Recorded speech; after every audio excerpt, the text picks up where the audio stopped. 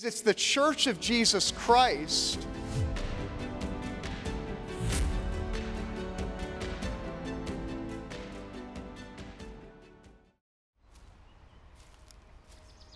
The Bible's narrative is so different from the world's narrative that it sometimes makes it almost striking to think about how we got here.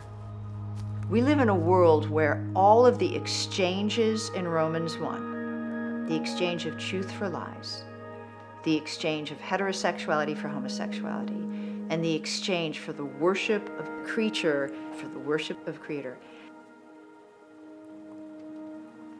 has not only been codified, but it's codified in the laws of the land.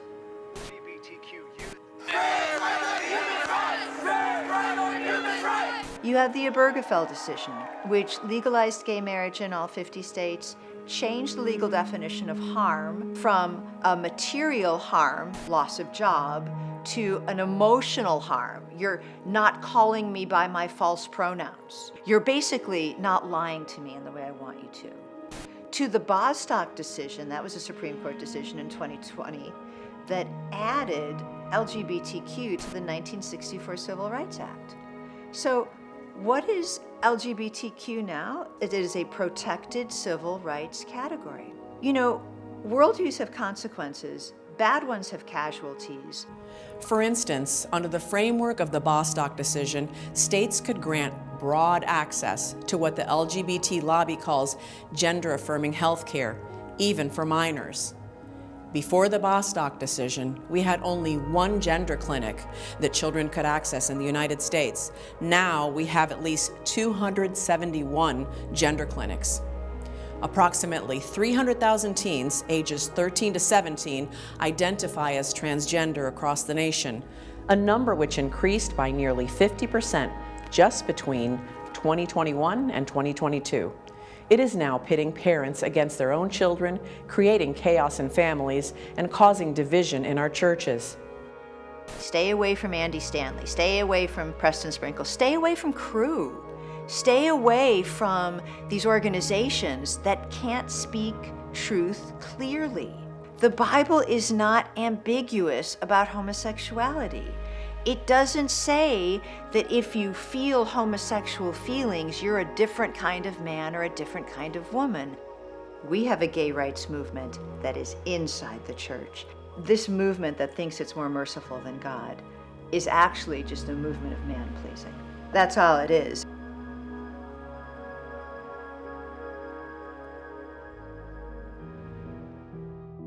Rosaria Butterfield is an advocate for parental rights, an educator, and a Christian author. In her latest book entitled 5 Lies of Our Anti-Christian Age, she tears down the false ideologies that have invaded our culture and seduced our churches into becoming allies with the sin of homosexuality. What's wrong with being an ally is the blood of Christ does not become an ally to the sin it pays for on the cross. And so what's wrong with being an ally, it puts sin on life support, and it defies the blood of Christ. But in the 80s and 90s, Rosaria rallied for the lies of this age and was a self-described radical feminist lesbian professor of higher education. I help build the evil in the world that we live in now. Absolutely, I see that every day. Having been on the ground floor of the gay rights movement in New York, having been the person that did speak before the legislature, and very much was hired, mentored, tenured at Syracuse to make homosexuality look wholesome. And we were extremely strategic about it. Known as Rosaria Champagne until the late 90s, she worked laboriously for feminist causes and gay rights. A tenured professor at Syracuse University, her most popular classes were in feminist queer theory, with core beliefs drawn from Darwinian, Marxist, and Freudian worldviews. Rosaria was at the forefront of the postmodern LGBTQ political movement in New York that helped foster the cultural avalanche in same-sex marriage laws nationwide. We were trying very hard to represent ourselves as victims of a homophobic world. And so I co-wrote the university's first policy on domestic partnerships, which was the first time that we could give a kind of legal category for your live-in lover and put that person on your health insurance. That was one of the things that rolled over into gay marriage laws, first domestic partnership policies, and then gay marriage. In 1997, a Promise Keepers rally coming to Syracuse prompted Rosaria to write an article about what she believed was a patriarchal, white, heterosexual Christian organization.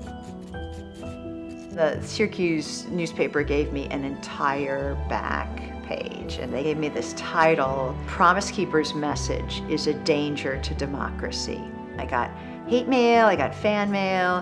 One of the pieces of mail, though, was neither hate mail nor fan mail, which made it interesting to me because I'd much rather just have people engage with ideas. And one person did, and that was Pastor Ken Smith from the Syracuse Reformed Presbyterian Church. And he wrote a very kind letter, and I thought to myself, wow, this is phenomenal. This is my unpaid research assistant for the book that I'm going to write on the religious right. He doesn't mind engaging with people who think differently than he thinks. Ken and Floy Smith said, oh, you're writing a book on the religious right. Fantastic. And you have to read the Bible to write that book? Even better. And so we started reading the Bible together. I thought I was grilling them, and they were evangelizing me. And it was perfect. I probably had 500 meals in their home. Pastor Ken Smith and his wife Floy welcomed Rosaria into their home on a weekly basis, where their radical hospitality allowed her to ask anything about the Bible, and no question was off limits. All kinds of people were walking in, Bibles were open, anything could go, you could ask any question. They prayed, and they put all of their problems and questions at this place called the Throne of Grace. And then there was this palpable peace. Wherever people were disagreeing, I don't know, you wouldn't have even known it. It was striking. And so there was something that I could taste and feel that the Lord was good. At the end of the meal, they would open their Bible and they sang a psalm, and that was beautiful. We were singing Psalm 23. And I remember, I don't know why, but I was nursing a big, big dose of lesbian victimization. I'm like, I'm the only lesbian here. I'm a victim. These people don't really like me. And then the psalm turns, and there's the line, about dining in the presence of my enemies. And I thought, yep, here I am, dining in the presence of my enemies. And then almost, it was kind of a lightning bolt moment for me. I realized, no, I'm the enemy. They are dining in the presence of their enemy, me. And they loved me enough to tell me that.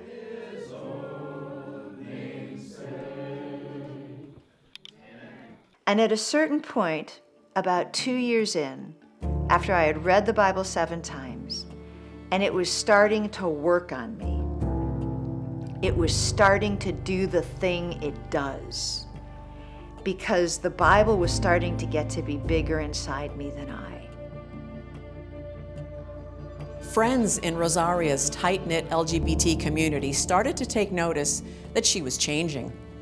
One of her friends, a biological male who went by the name Jill, expressed his concern.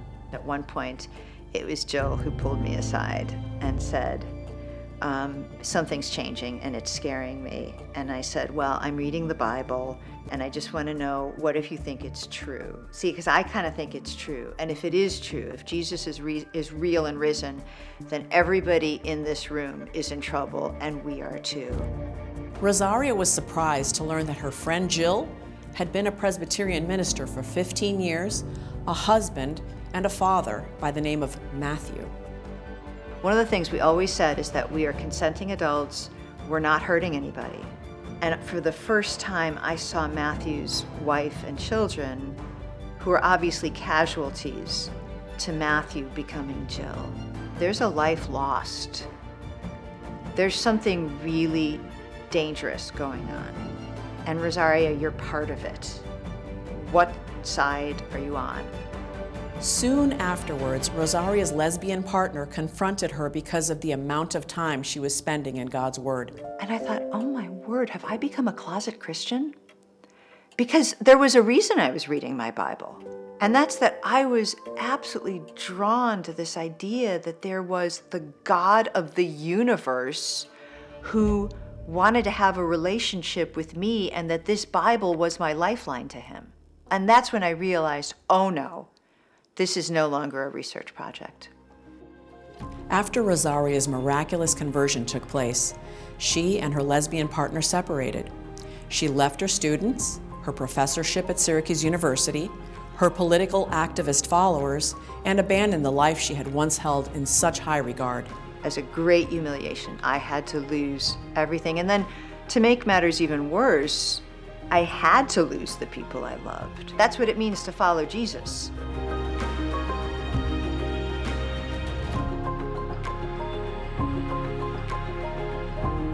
After Rosaria came to Christ, she went on research leave in Pennsylvania, and the Lord led her to meet her future husband. He was a seminary student. He was finishing his last year at seminary, and I was teaching an urban ministry class that met at the seminary. But one of the things that really struck me about Kent was how much like Ken Smith he was.